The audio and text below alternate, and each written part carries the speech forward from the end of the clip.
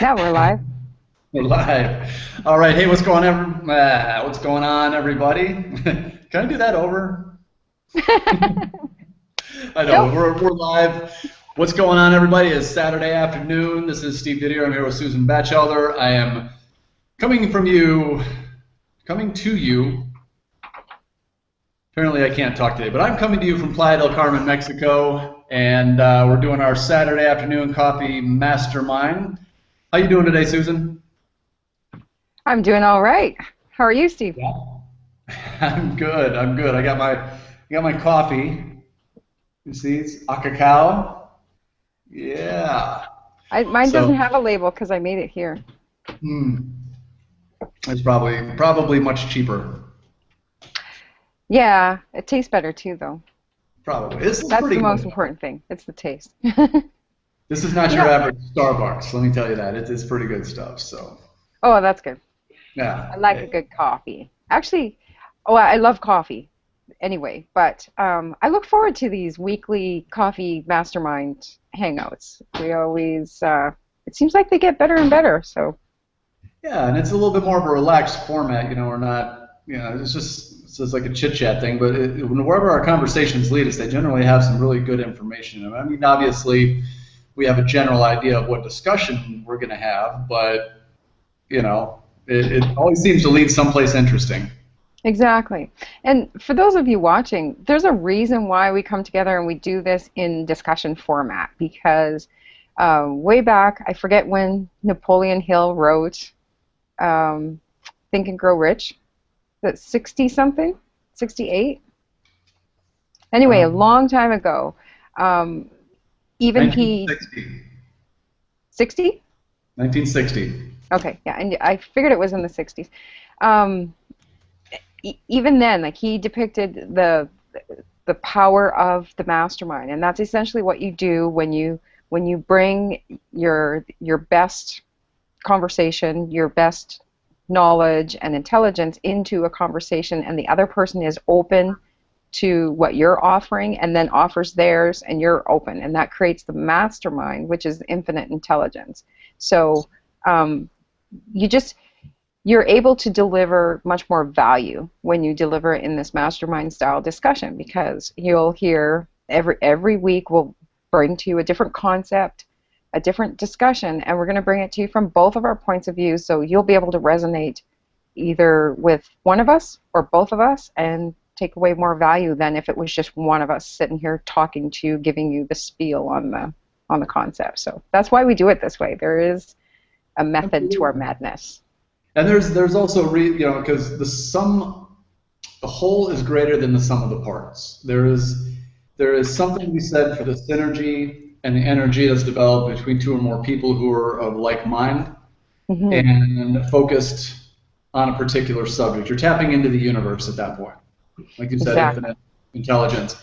And one of the reasons that you and I do this so well is, we have a lot of common ideals and motivation and stuff like that, but in a lot of areas we're on like opposite ends of the spectrum, Yeah.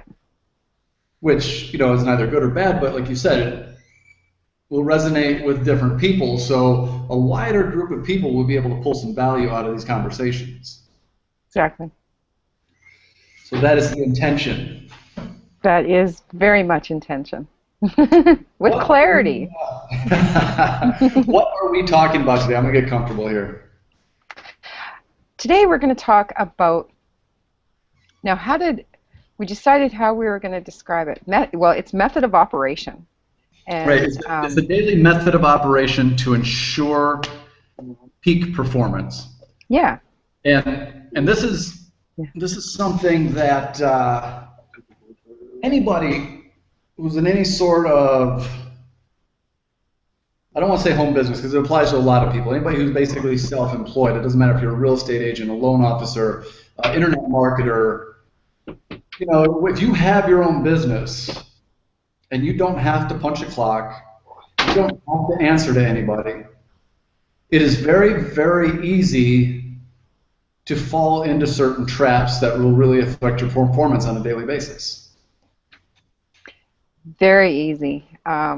And you could just be rolling along, and I think you kind of touched on that possibility before we hit record as well. You could be rolling along for a month and then go back and kind of review your month and really not been at all as productive as you could have been just by kind of floating along and not having a daily method of operation in place.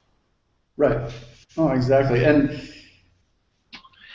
when you don't get something done, or you don't perform at your peak, or you don't really have a day that's good production, it's really easy to write that off. Be like, all right, I screwed up today. I'll hit it again tomorrow or whatever. And when you do that, it gets really easy to do it again another day and another day. And then that's what you said. You look back at that 30-day window. You look back at a month. And I've done it myself. Like when I say, okay, yeah, I'm gonna do a blog post today, and you can get toward the end of the month, you're like, yeah, I've been doing pretty good this month. I have some off days or whatever. But then you look back and you're like, the 30 days I did 5 blog posts or 10, So it's that daily, make each day count. And that's what we're talking about. And there's a particular way that you can approach each day to make sure that you maximize the amount of production you get out of each day. And to make sure that when you look back in that 30-day window, or that 30-day look back a month, you can go, wow, I got some stuff done, instead of like, oh, Jesus. Exactly. And on that note, just while you're on that look back, because that is kind of like a really important golden nugget right there. It is important to do scheduled, planned evaluations or look backs, whatever you want to call it, because the only way you can improve your process is by evaluating what you've been doing and evaluating how successful it was, right?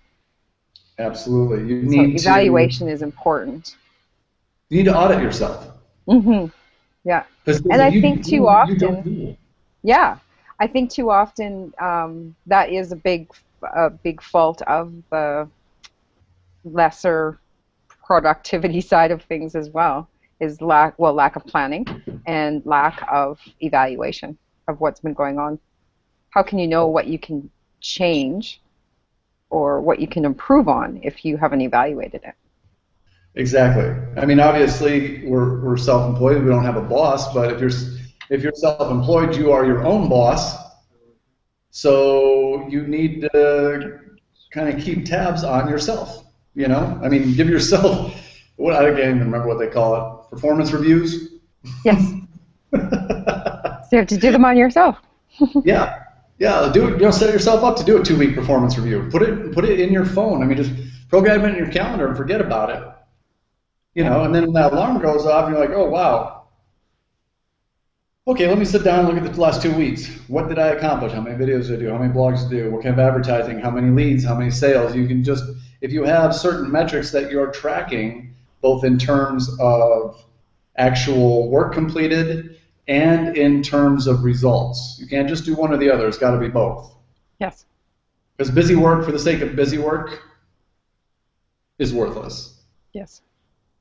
But the results are not going to come unless you're working. So you really kind of got to monitor both. And I think if, like I said, just set a reminder in your phone every 2 weeks, or I think 2 weeks, a week, or 2 weeks, whatever. If you haven't done this before, you might want to do it weekly. I think that's good advice. Like if somebody's just starting on their own business, whether it's online or offline, just starting something new, I think weekly reviews would be a really good place to start. And then as you're kind of, rolling along and you are being productive and seeing results, then you could decrease it to 2 weeks or a month. But I think weekly reviews are really important, because a week letting things slide could really make a big difference. Absolutely. And if you're doing it in 2 weeks or a month to begin with, you let a month get away from you too, you can be way behind. Oh yeah, way behind. I'm actually in the we'll get into the daily method of operation and stuff like that here, but right now, I'm kind of like doing a mini review each day. just to make sure that I'm on track. And I put together a task list. And like I said, we'll get into the exact methods here, but part of my method is my task list. I list out every single morning what I need to do, and I refuse to go to bed until it's done. Now, obviously, you have to be realistic about what you list down for your tasks. You want to make it challenging, but not unrealistic, because it's really important for you to have those wins. For lack of a better term, you got to have those wins. If you can look back at your day and you look at your task list, like I have mine sitting right here by my mouse. You can look back at that day and be like, I like writing stuff down. I think you're the same way. It's much psychologically, it's better for me than having it, checking it off my phone. If I can actually take a pen and cross it out, that makes me feel a whole hell of a lot better. Yeah, it's a reward. That I'm just kind of crazy about that too. It's just so rewarding to check it off or put a slice through it. It's like that's just a rewarding moment. So that's just a really good point to bring up, because everybody should do what feels the best or what works the best for them. Right. Yeah, it's gotta mesh with your personality, your way of working, Mm-hmm. or else it won't, or else you won't stick to it. So like with me, And I'm one of those people that you warned about, not to make your list achievable or like challenging but achievable, because I tend to like to make my list about 10 times as long as really is humanly possible to do in a day. mm-hmm. And that's just my way of thinking that I'm invincible, and that's just kind of a fun thing to do. Yeah, of course I can do all that. But it's also a way of, if you need to be challenged or need that pressure of that big long list to do, and if you're okay at the end of the day saying, okay, well, I got this done and I didn't get these done, but I put too much on my list anyway. Right. If that doesn't feel negative, then that's a good thing to do, and that's what it does. That's what it does for me. With a lot of people, and like I said, this has got to be individual for each person, but like for me, I'm different from that.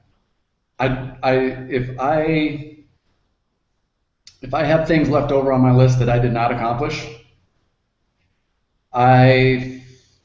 it's a negative thing for me. It chips away at my confidence, it chips away at my sense of achievement, it chips away at all those good things that these kind of things build.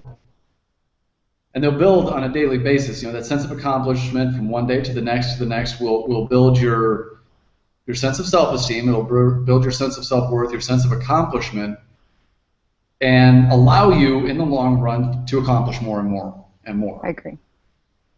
With the other way, like, it's different for everybody.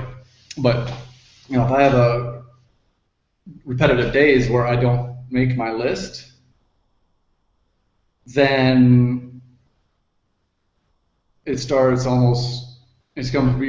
be really defeating in my mind. Like, okay, well, why do I even bother? That kind of stuff. Which is that's just me. It's not necessarily a good thing, but I know how I operate.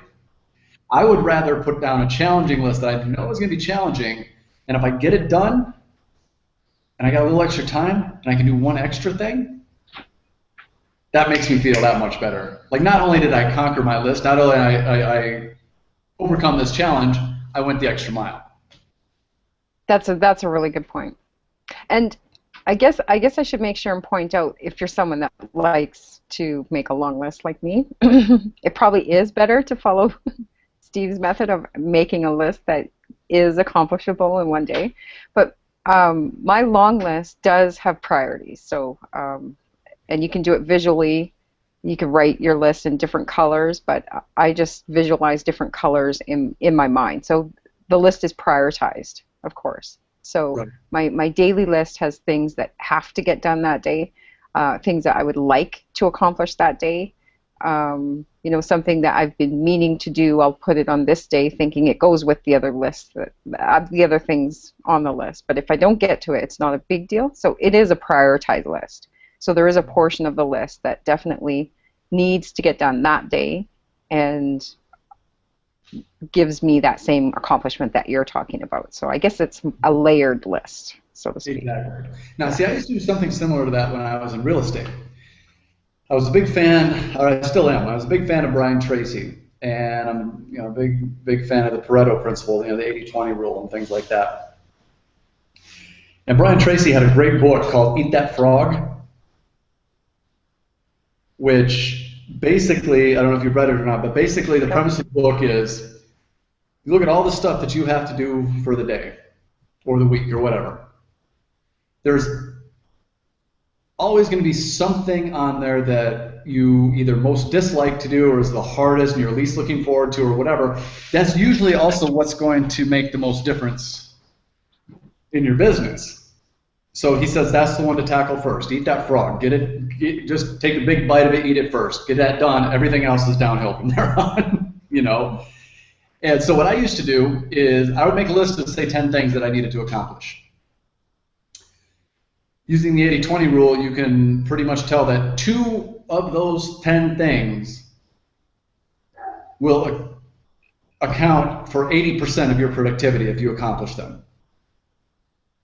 So I would write the 10 things down or whatever, and I would take the 2 most important, the 2 most absolutely critical ones in terms of producing results in my business, put those at the top of the list. I would tackle those first. And then work my way down, like you said, kind of prioritize the list. Yeah. I've used something very similar to that in first, but I think that's very important. Your priorities need to be the ones that are going to make the most difference in your business. A lot of people will have, something, they'll have this, something that's important, and they'll have other things that are kind of easy and maybe fun to do, like, get a different picture for the banner of their Facebook page or something like that. Well, it's kind of neat to cruise around the internet and find pictures and find one, size it and fit it and all that kind of stuff. But in terms of production, in terms of earning money, in terms of all that, you've Not done really nothing. up there. Yeah. You just wasted a couple hours of valuable time that could have been spent on something that's actually going to bring you results. Exactly. And one of my funnest things of doing is the background technical stuff, building websites, switching the pages around, and I absolutely love doing that. But I have to make sure that I don't start my day doing that stuff. Right. Because I could do that all day, and then I would come up with 10 other ideas of different pages that I should create, or I should make this website, I should do this, and I would spend the whole day. I could spend a whole week doing that, but it's not direct money making activities, so I specifically cannot start my day with that, because then that takes my mindset into the technical mess around stuff, and Yep. that's not a good place to start. Income producing activities, the IPAs, that's absolutely critical in any business, whether it's affiliate marketing or home-based business, network marketing, multi-level, whatever it is, that's what you have to do. And you know this is a great conversation. That just made me think that just the steps to setting up your method of operation is not enough. Like, all of this conversation that we've been having is really important for you to sit and think through, because actually setting aside, making a separate list of what your direct income producing activities are, because I'm sure that a huge percentage of people starting online don't really realize, or haven't really mentally separated what those income producing activities are. So this is a great conversation. Yeah, you have to identify exactly what they are. I mean, I know what they are in this business. I know what they were in real estate. Like in real estate, if you were not setting an appointment, writing an offer, presenting a contract, those are your income producing activities. Yeah. You spend 80% of your day doing that, and then 20% of your day with the little admin stuff and the shuffling papers and all this kind of stuff. You were on track. But too many people, no matter what business they're in, get caught up with anything, like the little technical stuff that you like doing, or with me, I can. There's any number of things. I've got ADD. My attention can be grabbed by shiny objects, article on the internet. I'm bad like that, so I have to be very cognizant of that. Yeah. So essentially, if we kind of just switch the wording around, we could probably come up with a list of 3 or 4 main things that would apply to any business. So the first one would be acquiring attention to your offer, your product, your service, right? You want eyes on the offer. So whether that's by phone calls, by emails, by buying traffic, by whatever. So acquiring attention, Right. acquiring Active that. marketing, basically. Yeah, communicating. So that step 2 would be communicating with those acquired attention people, whether they're leads, prospects, whatever you want to call them, whether it's a phone call, email, whatever, but communicating with them. Video, like we're doing right now. Right. Now, would you? And then the third one would be the actions of the sale. Well, let me ask you this, and this is a loaded question. I'm going to give you a heads up. In the business we're in, affiliate marketing, specifically in terms of marketing and power network related products, is blogging an income producing activity? Indirectly. I told you it was a loaded question. I didn't No. give it. I didn't give it a loaded answer, though, did I? No, you didn't. No, you didn't. Because it is. Some It may people not think be it blog is posts an income. paid, Yeah, yeah, but when you put up enough blog posts, you will be developing leads. That is the bottom line. So it's setting the foundation. So it's also very important. And oddly enough, it's kind of like the 8 core steps. yes, exactly. And kind of the key thing to remember, though, even though it's an indirect income producing activity, it's the people that you would bring in by that content that you write, if you're writing quality, compelling content from you, not just copied from some other article. Right. Those people that you bring in, acquiring them as a lead on your list will be the most valuable leads that you can get. Like, they would be worth more than $6 a lead. Like, you could buy leads for $6. They'd be worth more than that. Absolutely. Yeah. Some people can't even stand paying $1 for a lead, so that tells you the value of that lead. If Shakira is comfortable paying $5 a lead, I'm pretty comfortable with that. So, all right, let's talk actual daily method of operation. Like, Yeah. I can go through mine real quick. We chatted a little bit before this, so as far as what we each do. So I kind of got an idea of what you do and how we approach it. But like for me, when I get up in the morning, the first thing I do is I write out my gratitude list.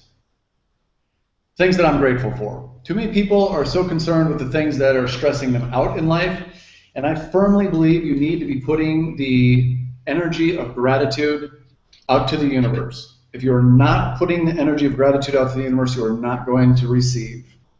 That is just, call it woo-woo or hokey-pokey or whatever, quantum physics, whatever it is.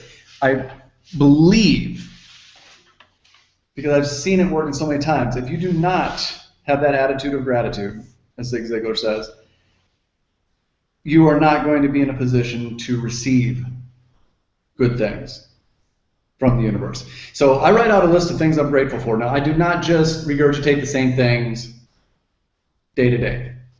I try and make it a different list. Obviously, there's some things on there that are consistent. I'm grateful for my friends, my health. There's some things on there that are, but I also try and think of other things, off-the-wall things that I maybe haven't thought of in terms of gratitude that are good in my life. So I try, and that's an exercise, it's a game I play with myself each morning. The second thing I do is I write out my task list for the day. If I didn't do it the night before, which I sometimes do because you're in that work mode. Well, for me, nights are where I get most of my productivity done. That's how my biorhythm is, so that's where I set it up at. So sometimes when I'm finishing up and I'm motivated and I'm in that zone, sometimes I'll write out a task list and have it ready for me in the morning, because then I could just jumpstart right from where I left off. But if I don't, after I do my gratitude list, I do my task list, and then the third thing that I do is I write out a short series of affirmations, positive, powerful affirmations, just short, really quick things that I can just rattle off, like my mantra for the day. And the reason I do that is because everybody has life going on. You've got things in your life that can distract you. You've got things in your life that can bring you down. You've got things in your life that can just screw up your mindset so that your productivity suffers in a big way. And those things are going to happen every single day of your life. So if you do not know how to deal with them, you're not going to have any success in the long term. And I've been a victim of that, of myself in that way. Like, back when, going through bankruptcy and divorce and having my cars recalled and all those kinds of things, it was really hard. And I just let myself go into it. I didn't, I was always consumed with these negative thoughts. I was dwelling on these negative things, and it just kept going. It was a vicious circle. And I've gotten myself out of that lately, but I have to be really cognizant. I have to be really, really conscious of outside forces and how they affect my emotions still. Like, I mean, it's a little bit personal, but earlier today, I had a pretty intense and relatively negative text conversation with a girl that I've been seeing. I really cared for her, and we had a thing, but it didn't work. And you're having one of those text conversations where you're in the last stages of things, and it really messes with your mind. And I was driving home after having had this intensely emotional and negative, text conversation. I was driving home to do this hangout with you, and the only thoughts that were going through my mind was like, I just don't feel like doing this. And okay, maybe we can do it tomorrow. Or I was trying to think of every excuse in the book that I could tell you so that we could put it off. And I just, I'm like, and as I was rationalizing it to myself, I'm like, I'll be in a negative mood. I probably won't have anything to offer. I'll be sending the wrong vibes. Every possible thing was going through my head, and I had to catch myself and be like, you know what? No, this is my business. So I started knocking off my mantras, my affirmations for the day. I started going that, and I'm like, I'm not going to let Susan down. I'm not going to flake out on her. I'm not going to let myself down, because I told myself this is one of the things on my task list to do today. If I don't do it, then I don't accomplish what I set out to do, and I'm not on track to hit my goals. So things like that, you've got to be really careful of, because they can switch because I was in a good mood before that text conversation happened, and I was just wiped out. I just checked out. I wanted nothing to do with talking business or anything else. I didn't. But I did. Here we are. We are here. So, it's everybody goes through that kind of stuff daily. And if you don't master your emotions or find some way, the mental games you have to play or whatever, like I have very specific affirmations that kind of target those areas where I know I'm kind of prone to, be affected. If that makes any sense? It does make sense. So, everybody has to be cognizant of that, because, if I not let this day get away from me, okay, then maybe I wouldn't have done anything tomorrow. And then, okay, now we're looking at that 30-day look back, and I'm like, whoops. Yeah. So just, don't, people get caught up. My end kind of takeaway from that is it happens to everybody. Don't think you're alone in having negative thoughts. Don't think you're alone in getting distracted or depressed or stressed out or anxious and bills. And, it could be somebody knocking on your door trying to collect bills or whatever. It can throw your mindset off. So that's just something to deal with. If you're listening to this and those things are happening, you're not alone, and your success will depend on how you deal with those circumstances. It's very important how you talk to yourself. Huge. Now I want to hear. I didn't get to hear yours before we talked, but what's kind of your daily? Because you have some unique challenges. Yeah. So mine is an adaptable method of operation, so to speak. I actually I start to be able to create my daily method of operation. I start at the beginning of the month. So at the beginning of the month, I set some kind of overall goals for the month, and that Hmm. kind of helps me narrow down how much I need to do each day. So same idea is that you would do, say, if you set a monthly income goal that you want to reach to, then if you break it down to how many sales that means, it's more achievable. So I make some overall monthly accomplishment goals, and then on Sunday evenings, I make a weekly in goal or intention of things that I want to accomplish that week. And that way, each day I kind of have a quick look of where I'm at with that when I make my list for the next day. So I start each day with, actually very similar to you, I start each day with gratitude. I start my day with gratitude and I end my day with gratitude.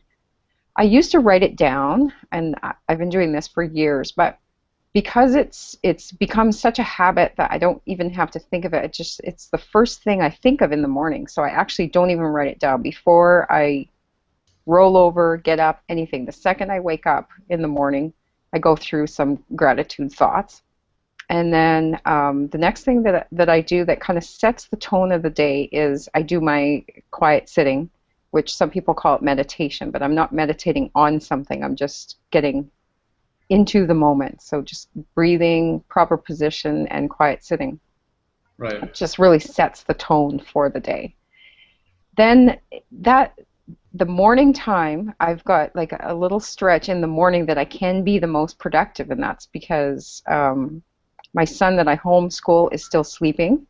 My daughter that goes to school, I've taken her to school. So I use a window of time right there to do some important income producing activities. So that's what I focus on then, whether it's my emails for the day, if I haven't written them the day before or whatever. But that is my time that I do the important stuff that has to be done that day. So I set aside whatever length of time that I have there. And then the rest of the day will depend on what else is going on. But my creative time is kind of like you, late in the evening, like either late evening or into the wee hours of the morning is when kind of my creative thoughts come in. So that's when I'll write content or write kind of different angle of emails to my list that is more on the creative side or whatever the case is. So very much of make making the list and adapting it to the day and having to work around the kids, being a single parent, and having constant pain. I do have to kind of be very flexible with when I do stuff and how I get it done. But definitely the list method is something that I do. Right. And goal setting just works really well for me. If I set achievement goals, that helps me make the list. And it also helps me reward myself when I meet the goals and give myself a verbal kick in the ass when I don't. Yep. Well, you're really the only person that can really kick yourself in the ass. Unless you have a really special relationship with somebody and you allow them to talk to you in a very, very real and straightforward manner, Yeah. you're pretty much the only one who can really kick your own self and get yourself going. I think it and it can be done in such a negative way. And like you were talking about using affirmations to make sure that that negative talk, whether you want to call it negative talk, monkey chatter, whatever, we all have it, and having a way to deal with it is really important. But so it could go down that path, this verbal kick in the ass, but as long as you make sure that it's used as a motivation or as a review, like, man, you really messed up there, or whatever. Like it should be a productive, motivational kick in the ass, and then Oh, move on. Let it go. Like make it quick, make it harsh, and then let it go. Move on. yep. And I will actually, I live by myself and my dog, and he don't care. I mean, I will talk out loud to myself. I do, and I don't live by myself. I will talk out loud to myself and whoop my own ass. And you know that, and I found Music can be very powerful as well. You throw in some music that really resonates with you, it's going to change from everybody from hymns and gospel hymns to death metal to hard rap, whatever it is that gets your juices flowing. That's a Yeah. great way to help control your mood as well. If during points of the day, if you're feeling down, put on something with some inspirational lyrics that connect with you. That's a great way to kind of counteract some of that as well. Yeah, I agree. Well, And that just reminded me that I really wanted to point out it's when you're when you're setting up or when you're deciding on your daily method of operation, it's really important to figure out your highest functioning time or your most productive time of day because we all have an internal clock and we all have other home life stuff going on. So it's really important to make your daily method of operation and your task list built around that. yeah, so especially if you have that flexibility to work when you are, more at your peak. Everybody's got different rhythms, energy Hmm. rhythms, things like that during the day. For me, a lot of times it's early evening and night. I get really creative. I get really energetic. I get really fired up. Morning, I'm kind of sluggish, but I still want to make use of my mornings. Now, obviously, right now I have the flexibility of that. I'm working in power full time. I have the flexibility of working when I want, and that's great. If you're still in a position where you're working a job or two jobs or whatever, you just have to make the time that you have count. Yeah. Whatever your daily method of operation is, whatever time that you set aside to work on your business, you need to set up that time so you maximize the use out of it, no matter how you're feeling. If you want to get out of this and you have to do it in the morning, you want to get out of your jobs, you want to, get rich, whatever it is that you're in home-based business for, and you only have a certain amount of time, and it's really not when you're at your peak, that's okay. You got to make that worth the while. You can't use that as an excuse not to do anything. You've got to Yeah. learn how to put yourself in a peak state. Reading some Anthony Robbins books, I know Waking the Giant Within, Unlimited Power, both of those have some really good information on putting yourself in a peak state. Yeah. And some people can get themselves into a peak state better with listening to certain kind of music or after a walk or whatever the case is. So make sure and use that, like whatever works for you. Yeah, with motivational, personal achievement audios, inner circle audios, music. For me, when I get back from the gym, I'm still kind of amped up. So I slam a protein drink, and I'm always in a good mood because of the endorphins and all that kind of stuff. So Yeah. it's for me, I make use of that time too. I will slam a protein drink, so I've got the carbs and the protein. I'll take a shower and then I'll hit it. I've got good energy. I'm in a great mood, and stuff like that. And then later on, I know, like for me, I have a little bit of energy dip. I'll grab some supper. I'll do some other stuff, and then I'll get back at it at night when my energy starts peaking out again.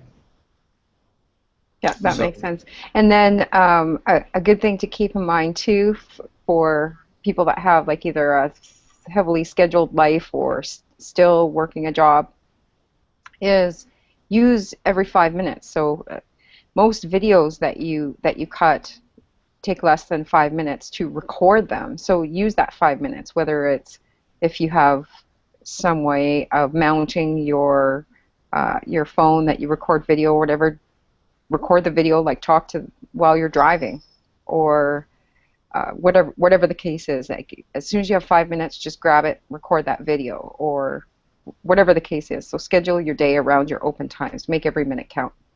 yeah, because like you said, it doesn't take long. Most of the videos you do are not going to be more than 5 or 6 minutes anyway. Like Yeah. I had on my task list to do a video and post it to my blog with a little transcript. That was one of my tasks yesterday, and I got caught up doing one of my other tasks that ended up taking me a lot longer than what I thought it was going to be because I couldn't figure out the system.